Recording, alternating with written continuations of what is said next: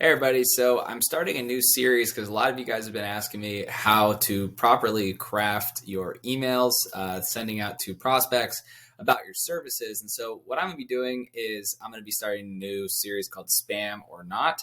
And what that's going to be is basically I'm going to look at emails inside my spam folder that are coming to me, and I'm going to be determining whether or not I'd consider them spam based on how good the actual email is in terms of getting my attention and intriguing me to want to book a meeting with them.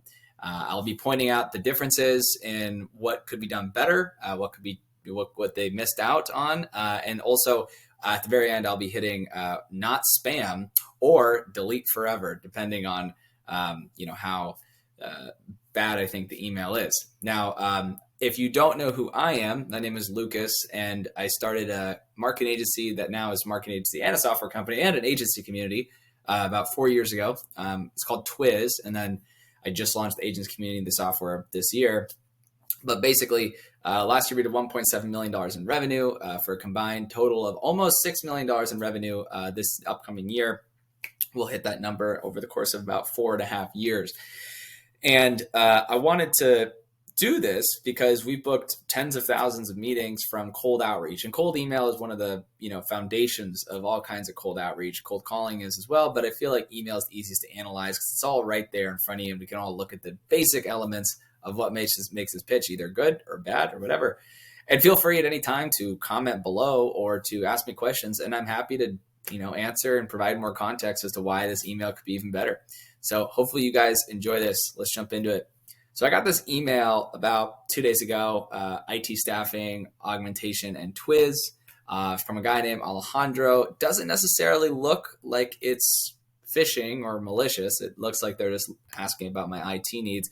But right off the bat, I can tell that the biggest problem with this email is that it's too long. I've got a lot of things going on a daily basis. I'm sure you do too. I think we all do. And this is just too long of an email. I am not going to read this thing. And you'll probably hear this critique come up time and time again when I make these videos. It's probably one of the more major things that I'll bring up is that usually the length of the video or the email is too long. And that's a problem because it's been proven by a lot of different studies that vary the time frame ranges. Sometimes it's 3 seconds, sometimes it's 5, but like the average attention span of a human is between 3 to 5 seconds. So don't quote me on this, but this is what I've heard from various research studies. I'm sure you have too. So it's going to take me probably 10 to 15 seconds to read this whole thing. If I really sat down and power read through it, maybe, but I got a lot of, maybe it could be shorter, but I've got a lot of other things going on during the day. I'm not going to do that, right? So first thing right at the bat, too long. Now, when I look at this, I see it says need skilled IT developers, finding a tough time in the current job market. Not really, but let's assume that I did have that problem. They're starting to use like staff aug solution, which is all cool. Let's see what the CTA is here at the bottom. Lucas, let me know what a date and time works for you best to speak by phone using our staff aug solution, which I don't even know what the heck that means. I wish that he explained it in like a sentence of what that meant because I have no idea. I'll be glad to send an invite accordingly. So I like the effort here, but I think the problem is that I don't want a meeting with this guy. So he's got to convince me as to why I should take a meeting with him. And what I try to tell people is that usually your pitch is different than your service, usually, right? Because usually your service is in demand, but the thing is that you've got so much competition that you have to actually stand out, right? So for instance, one of the things with our website at Twiz that we do is we actually do get a ton of leads that we can't service. So my pitch to people is, hey, hop on a call with us. You could become a verified partner of us. And if you are, and you become part of our network, you join our membership, we can send you these leads that come through. And that's part of the service, but it's also separate because what I'm talking about in those situations is excess leads, meaning leads that our network doesn't even act on at a certain time frame.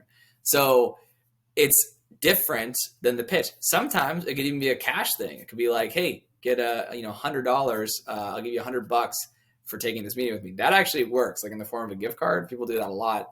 Weirdly enough, it works. What helped me grow my agency was I would do an SEO analysis, which was a video that would break down their business, how they could improve, et cetera, et cetera.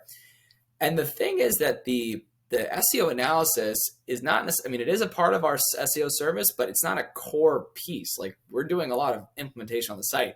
So we're not saying, I'm going to write you a blog article, which I think that actually could be potentially a good offer for people. But it's, which is more of what we do for people during the actual engagement.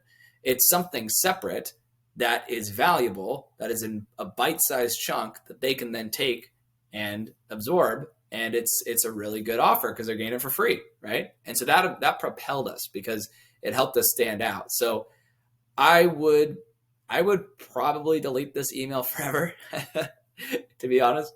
I'm not going to keep it, and I think the reason why is it's just not that appealing to me. There's a lot of ways they could have done this better.